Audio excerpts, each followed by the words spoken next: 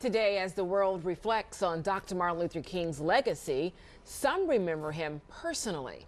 One such person is a man from our area who, like King, was a part of history. Action News race and culture reporter Taronda Thomas is here with more. And Taronda, he got connected to Dr. King right here in Philadelphia, right? Yes, he absolutely did. It was during the protest to desegregate Girard College. King brought national attention to the fight, which was the beginning of decades of activism for one local man.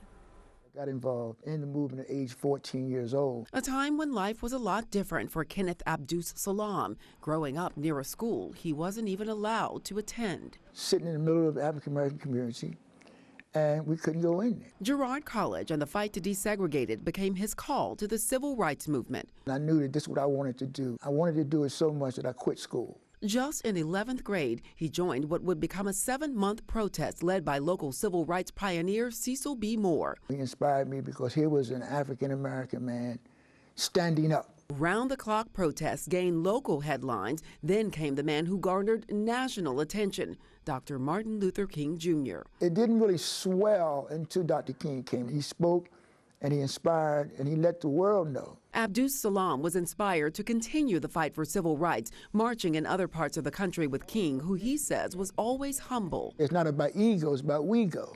And Dr. King was a good example of that. Which made the news of King's assassination on April 4th, 1968, that much more difficult. I just couldn't believe it. Here's a man who, his whole message, his whole life was centered around peace. And so to have him violently be killed like that, it was just, you know. Abdus Salam was by King's side in life and in death, serving as one of the pallbearers at King's funeral.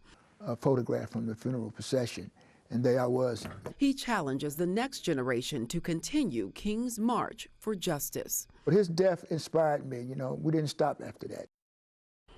Abdus Salam is also known as Freedom Smitty, and he now spends a lot of his time talking to young people about his experience. He was also one of the freedom fighters featured in an Emmy award-winning documentary on the fight to desegregate Girard College. So quite the life lived, Rick. Absolutely. And we thank you for that report, Taronda. Meanwhile,